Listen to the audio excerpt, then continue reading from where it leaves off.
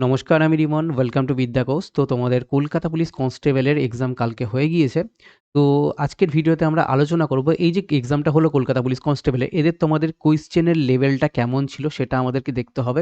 শুধু এটাই না, আমরা এর আগেও জানি ভালো মতো করে আমাদের যখন ডব্লিউবিপি সাব ইন্সপেক্টরের এক্সাম হয়েছিল সেখানে আমাদের কোয়েশ্চেন যথেষ্ট বেশি ইজি হয়। বাট এর আগে যেটা আমাদের হলো, মানে কলকাতা পুলিশের আগে যেটা হলো সেটা হলো আমাদের ডব্লিউবিপি কনস্টেবলের এক্সাম হলো। সেটার কোশ্চেন কিন্তু যথেষ্ট মডারেট টু টাফ সাইডে হয়েছিল। ইনফ্যাক্ট টাফের দিকেই কোশ্চেনের লেভেলটা একটু গিয়েছিল। তো সেদিক থেকে আমাদের এবার কলকাতা পুলিশের কোশ্চেনের লেভেল কেমন হলো এবং আগামী দিনে আমাদের একটা স্টুডেন্ট হিসেবে কি করা উচিত না উচিত সেই জিনিসগুলো কিন্তু আমি এখানে একটা আলোচনা করব। এবং এর সঙ্গে আমি তোমাদের সাথে আলোচনা করব একটা স্টুডেন্টের দিক থেকে যে এই ধরনের কোশ্চেনটা যেটা ঘটছে, যারা শুধুমাত্র এই কনস্টেবলের প্রিপারেশন নিচ্ছে বা পুলিশের বিশেষ করে সাব ইন্সপেক্টরের প্রিপারেশন নিচ্ছে, এদের সাথে এই কোশ্চেনটা কতটা কি জাস্টিফাইড না সেই জিনিসটা আমি কিন্তু আলোচনা করব। তো চলো ভিডিওটা শুরু করা যাক। দেখো, তোমাদের ফার্স্টেই আমি এখানে বলি কোশ্চেনের লেভেল নিয়ে। ওকে, তাহলে দেখো কোশ্চেনের লেভেলে আমাদের এখানে জেনারেলি আমরা কি কি দেখতে পাচ্ছিলাম, তিনটে সাবজেক্ট। একটা হচ্ছে যে কি জিকে, তারপরে আমাদের এখানে রিজনিং ছিল, আর আমাদের এখানে ম্যাথ ছিল কলকাতা পুলিশের ক্ষেত্রে। এবার প্রত্যেকটা ক্ষেত্রে একটা জিনিস দেখা গেছে, আমাদের সবসময় ভালো মতো করে জানতে হবে যে এই যে তিনটে সাবজেক্ট এখানে আমাদের থাকছে কতগুলো 100টা কোশ্চেন, বাট আমাদের এখানে টাইম দেওয়া হচ্ছে কতটা, 1 ঘন্টা টাইম দেওয়া হচ্ছে। এই টাইমটা বিশাল বড় ফ্যাক্টর।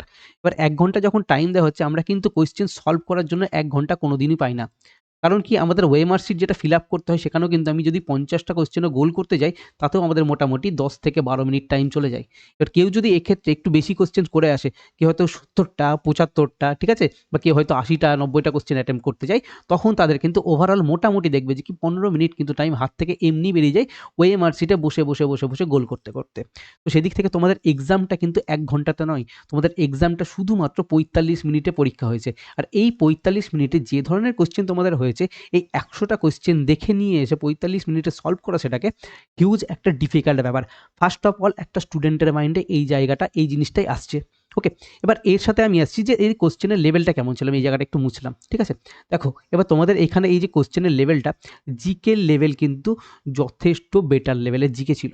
ঠিক আছে, কিছু কোশ্চেন ইজি থাকে সেটা নিয়ে কথা নয়, বাট যে লেভেলের জিকে তোমরা যারা বিশেষ করে ডব্লিউবিসিএস এর জন্য যারা মানে পড়াশোনা করো, তো তাদের জন্য এই জিকেগুলো ঠিকঠাক লাগতে পারে, ঠিকঠাক ছিল সেরকম ধরনের।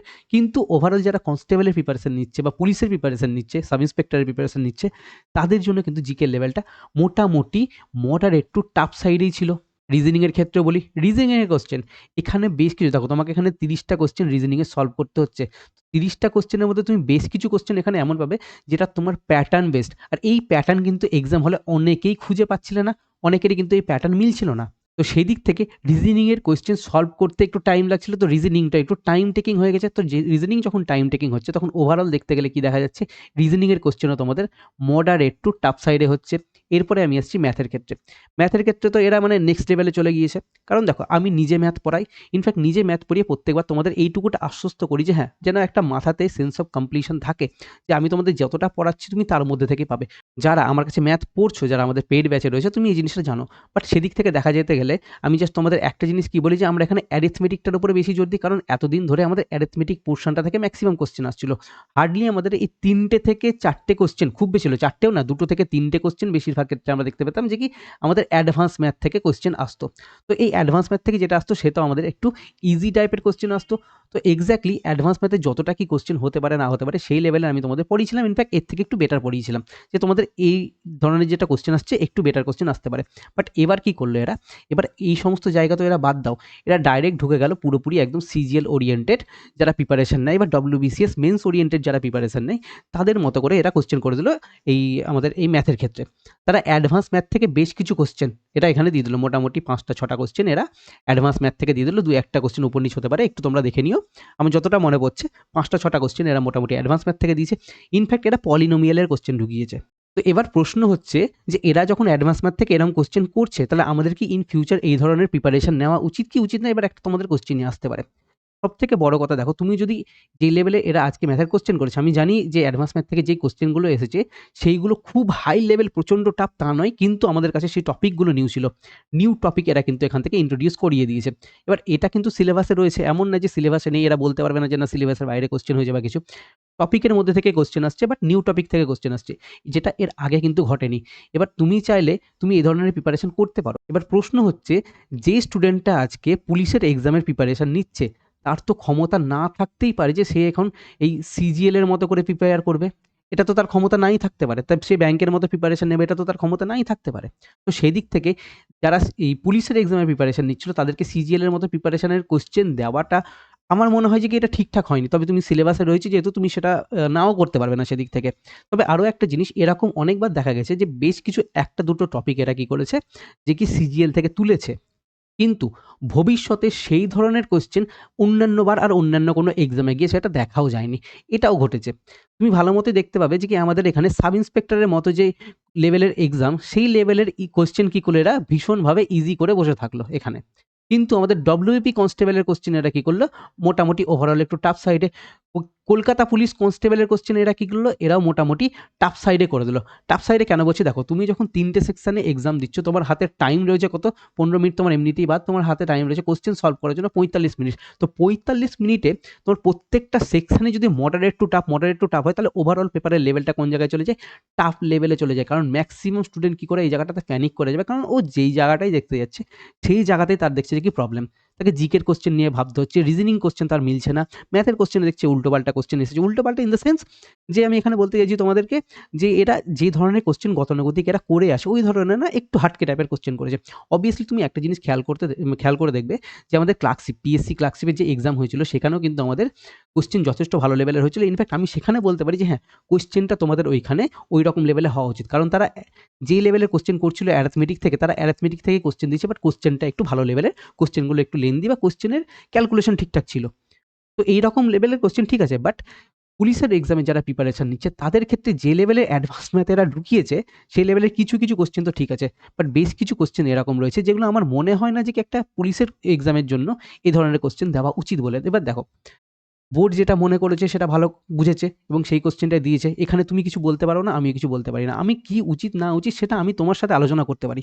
বাট কি দেবে না দেবে সেটা পুরোপুরি বোর্ডের ব্যাপার। তো স্বাভাবিকভাবেই অ্যাডভান্স ম্যাথ থেকে যে লেভেলের কোয়েশ্চেনগুলো এসেছে, আমি যদি শুধুমাত্র ওই কোয়েশ্চেনটা আমি ম্যাক্সিমাম বলে দিচ্ছি তোমাদের এখানে ৪ থেকে ৫ টা কোয়েশ্চেন তোমরা যদি এখান থেকে বাদও দিয়ে দাও, ঠিক টাইমে যদি কোয়েশ্চেনগুলো ছাড়তে পারো, শুধুমাত্র তুমি এখানে অ্যারিথমেটিক পোরশনটা দেখো, ৪ থেকে ৫ টা কোয়েশ্চেন আমি বাদ দিলাম, বাট এর মধ্যে বেশ কিছু কোয়েশ্চেন ছিল যেগুলো খুব সুন্দরভাবে ইজিলি ডুয়েবল ছিল। তোমাদের জানা টপিকের মধ্যে থেকেই বলছি, যেগুলো তোমাদের জানা টপিক ছিল না সেগুলো আমি বাদই দিলাম। ওকে? তো এর মধ্যে তুমি ২-৩ টে কোয়েশ্চেন অ্যাডভান্স ম্যাথ যা ছিল সেখান থেকে তুমি ২-৩ টে কোয়েশ্চেন তুমি ইজিলি সলভ করতে পারতে। এর সঙ্গে অ্যারিথমেটিক যে পোরশনটা ছিল এখান থেকে যে লেভেলের কোয়েশ্চেন এসছে এটাও খুব খারাপ না। Average level, moderate level, easy level মিশিয়ে কোয়েশ্চেন ছিল তোমাদের এখান থেকে, এবং তুমি যদি এই অ্যারিথমেটিক পোরশনটাকে তুমি যদি ঠিকঠাক মতো ট্যাকেল করতে আর এখান থেকে অ্যাডভান্স ম্যাথ থেকে ২-৩ টে কোয়েশ্চেন বার করতে পারতে হার্ডলি, তাও আমি তোমাদের বলে দিচ্ছি এখানে তোমাদের মোটামুটি ২৪ থেকে ২৬ টা কোয়েশ্চেন কিন্তু খুব সুন্দরভাবে তোমরা করে আসতে পারতে এক্সাম হলে। এতটা কিন্তু করার মতো ছিল। কিন্তু আবার আমি তোমাদের একটা কথা বারবার মনে করিয়ে দিচ্ছি, টাইম হচ্ছে আমাদের কাছে মাত্র ৪৫ মিনিট। তার সঙ্গে কি ছিল, জিকের কোয়েশ্চেন মডারেট ছিল, রিজনিং করতে টাইম লাগছিল, লেন্দি মনে হচ্ছিল। ম্যাথের সঙ্গে তোমাদের এরকম বিভিন্ন ধরনের কোয়েশ্চেন ইন্ট্রোডিউস হয়ে গিয়েছিল। তারপরে তোমরা বিভিন্ন রকমভাবে প্রেশারাইজড হয়ে গেছো এক্সাম হলে। তো সেখানেও কিন্তু আমি বলব তোমাদের এই ২৪ থেকে ২৬ টা কোয়েশ্চেন যারা একদম মোটামুটি ভালো লেভেলের প্রিপারেশন নিয়ে রেখেছে, তাদের ক্ষেত্রে করা সম্ভব ছিল। যারা ওভারঅল এভারেজ স্টুডেন্ট বা একটু বেটার এভারেজের থেকে, তাদের ক্ষেত্রে কিন্তু এতগুলো কোয়েশ্চেন করা সম্ভব ছিল না। ঠিক আছে? আমি দেখো, একটা টিচারের পার্সপেক্টিভ থেকে দেখে তো আমি তোমাদের বলে দিতে পারবো যে সমস্ত কোয়েশ্চেন ডুয়েবল ছিল। কিন্তু ওইটা কথা না। কথা হচ্ছে যে কি এক্সাম হলে একটা সিচুয়েশন কি তৈরি হয়, একটা স্টুডেন্ট কি ফেস করে এক্সাম হলে, সেটা বড় কথা হচ্ছে। তো সেদিক থেকে তুমি এতগুলো কোয়েশ্চেন না করতে পারলে তোমার মোটামুটি এক্সামে এই ২২ টা থেকে ২৩ টা কোয়েশ্চেন কিন্তু এক্সামে ইজিলি তুমি ম্যাথে করে আসতে পারতে। তোমার যদি একটু ফাউন্ডেশনটা ঠিকঠাক থাকতো, একটু তুমি যদি বেটার ওয়েতে প্রিপারেশন নিয়ে রাখতে পারতে। আমি ম্যাথের ক্ষেত্রে বলছি। রিজনিং এর ক্ষেত্রে এক্সাক্টলি বেশ কিছু কোয়েশ্চেন টাফ লাগলো। আমি তোমাকে এখান থেকে এটাও বাদ দিচ্ছি। কিছু কোয়েশ্চেন এরকম ছিল, মোটামুটি তুমি এখান থেকে ২৫ টা কোয়েশ্চেন, ২৪ থেকে তুমি মোটামুটি ২৫ টা কোয়েশ্চেন তোমার কাছে এরকম ছিল যেটা তুমি খুব সুন্দরভাবে করতে পারতে। তুমি যদি সঠিক টাইমে কোয়েশ্চেনকে স্কিপ করা শিখতে পারতে, যে না, এই কোয়েশ্চেনটা আমার রেঞ্জের বাইরে, এটা নিয়ে আমি ভাববো না বা এটাকে আমি স্কিপ করব। জিকের কোয়েশ্চেনের ক্ষেত্রে এই জিকেটা আমার পড়া মনে হচ্ছে না, আমি এখান থেকে বার করতে পারবো না অ্যান্সার। ফালতু আমি অপশনগুলো নিয়ে ভেবে আমার টাইম ওয়েস্ট করে লাভ নেই। আমাকে জিকের কোয়েশ্চেনটা পড়তে হবে, না পারলে সঙ্গে ছাড়তে হবে। এইরকমভাবে তোমরা যারা এক্সামটাকে অ্যাটেম্প্ট করেছো তাদের ক্ষেত্রে মোটামুটি অ্যাটেম্প্টটা ঠিকঠাক ছিল। খুব বেশি কেউ খারাপ অ্যাটেম্প্ট করোনি। অনেকেই মোটামুটি 75 থেকে 80 মতো অ্যাটেম্প্ট করে এসেছো। এবার এর মধ্যে বেশ কিছু ভুল হবে। তো এর মধ্যে থেকেও যদি বেশ কিছু ভুলও হয়ে যায়, আমি যদি এখান থেকে 10 টা ভুলও ধরে নিই, তাতেও তোমাদের স্কোর খুব একটা খারাপ থাকছে না, ভালোই থাকছে সেদিক থেকে। তো ওভারঅল যারা এক্সামটাকে ঠিকঠাক মতো করে ম্যানেজ করতে পেরেছে, আমি এগুলো কি বলছি, ভালোভাবে যাদের প্রিপারেশন নেওয়া হয়েছে আমি তাদের কথা বলছি। বাট বেশিরভাগ স্টুডেন্টের ক্ষেত্রে কি হয়, ফাউন্ডেশনটা খুব একটা স্ট্রং হয় না। তো সেদিক থেকে এই জায়গাটাতে তারা ম্যাক্সিমাম স্টুডেন্ট পৌঁছাতে পারেনি। একটা ক্লিয়ার কাট কথা, দেখো আমাকে সমস্ত স্টুডেন্ট নিয়ে চলতে হয়। সমস্ত জায়গা থেকে আমি যদি বিবেচনা করে দেখি, তাহলে ওভারঅল যদি তোমাদের আমি এবার একটু কাট অফের কথাতে বলি, কেমন কি হতে পারে। ঠিক আছে? দেখো, তোমাদের কাট অফ যেহেতু দেখো কোয়েশ্চেনে কোয়ালিটি যথেষ্ট ভালো ছিল। কোয়েশ্চেন ওভারঅল আমি বলব তোমাদের এখানে কোয়েশ্চেন টাফ সাইডে ছিল। তার মধ্যে তোমাদের এখানে টাইম ছিল ৪৫ মিনিট। তো ৪৫ মিনিটে টাফ কোয়েশ্চেনে আমার মনে হয় কাট অফ খুব একটা বেশি যাওয়ার কথা নয়।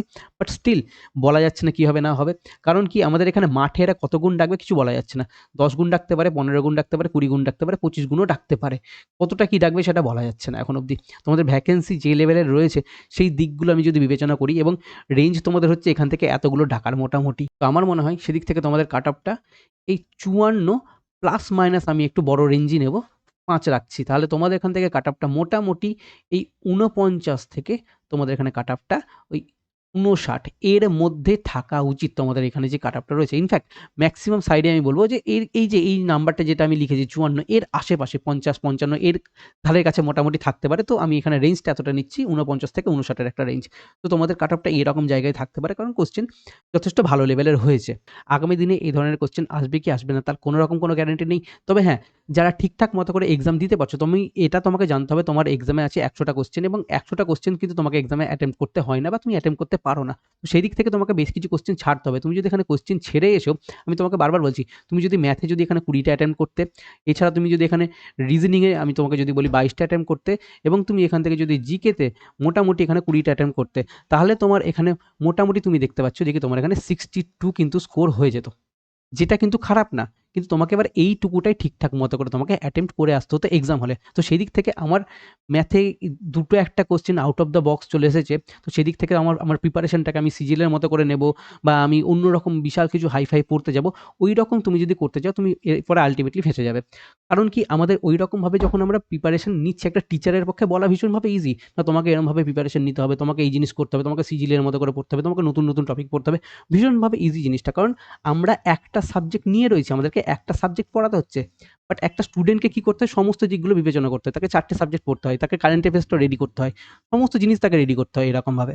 তো সেই দিক থেকে একটা স্টুডেন্টের পক্ষে সম্ভব না। তো আমি আবারও বলছি, যে যেখান থেকে পড়ছো, যেমনভাবে পড়ছো, শুধুমাত্র তোমরা তোমাদের ফাউন্ডেশনটাকে একটু স্ট্রং করো। তোমরা তোমাদের বেসিক যে কনসেপ্ট রয়েছে সেটাকে তোমরা একটু স্ট্রং করে নাও। ব্যাস, এইটুকুটা স্ট্রং তোমার যদি থাকে, হ্যাঁ, তোমার অবভিয়াসলি এই জায়গাটাতে হয়তো একটু টাইম লাগবে। বাট তোমরা এখানে ফালতু উল্টোপাল্টা জায়গা থেকে শুধুমাত্র এই বাছাকুচা কয়েকটা কোয়েশ্চেন, মানে কোয়েশ্চেন পুরনো নয়, কোয়েশ্চেন একদম পুরো বাছাই করে নিয়ে এসেছি, এই ধরনের যে সমস্ত কোয়েশ্চেনগুলো করানো হয়, ওইগুলো থেকে বেরিয়ে এসো। ওগুলোতে কিছু হবে না। বেসিক ফাউন্ডেশন স্ট্রং করো।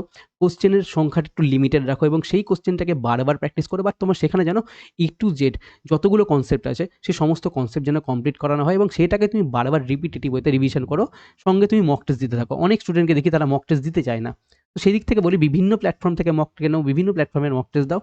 তো তোমাদের এই কাজটুকুটা তোমাদের করতে হবে। আবারও বলছি, ফালতু উল্টোপাল্টা টপিক, সিজিএল এর টপিক, বিভিন্ন ধরনের জিনিস ওইসব পড়ার কোনো রকম কোনো মানে নেই এই মুহূর্তে দেখো। কারণ তুমি যদি পড়তে পারো তো ডেফিনিটলি পড়ো, সেটা পুরোপুরি তোমার পার্সোনাল ম্যাটার। বাট যে স্টুডেন্টটা পড়তে পারছে না, শুধু হেডেক নিয়ে, মানে একটা পুলিশের স্টুডেন্ট যে শুধুমাত্র এই পুলিশের চাকরির জন্যই নিজেকে তৈরি করছে বা সে শুধুমাত্র তার ইচ্ছা আমি পুলিশ হব, তার এখানে সিজিএল এর কনটেন্ট সে যে পড়তে পারবে তার তো কোনো গ্যারান্টি নেই। এটা তো তুমি ভালো মতো বুঝতে পারছো। এবার আমি তো চাইলে কোর্স বিক্রি করার মতো করে আমি তোমাকে বলতেই পারি যে তুমি তাহলে সিজিএল এর মতো করে পড়ো, আমি তোমাদের জন্য সিজিএল এর মতো যে হারে কোশ্চেন আসবে সেরকম টাইপের আমি তোমাদের জন্য একটা কোর্স নিয়ে এসেছি, আমি তো বলতে পারি। বাট সেটা ফালতু মিসগাইড করবো বলে আমার মনে হচ্ছে।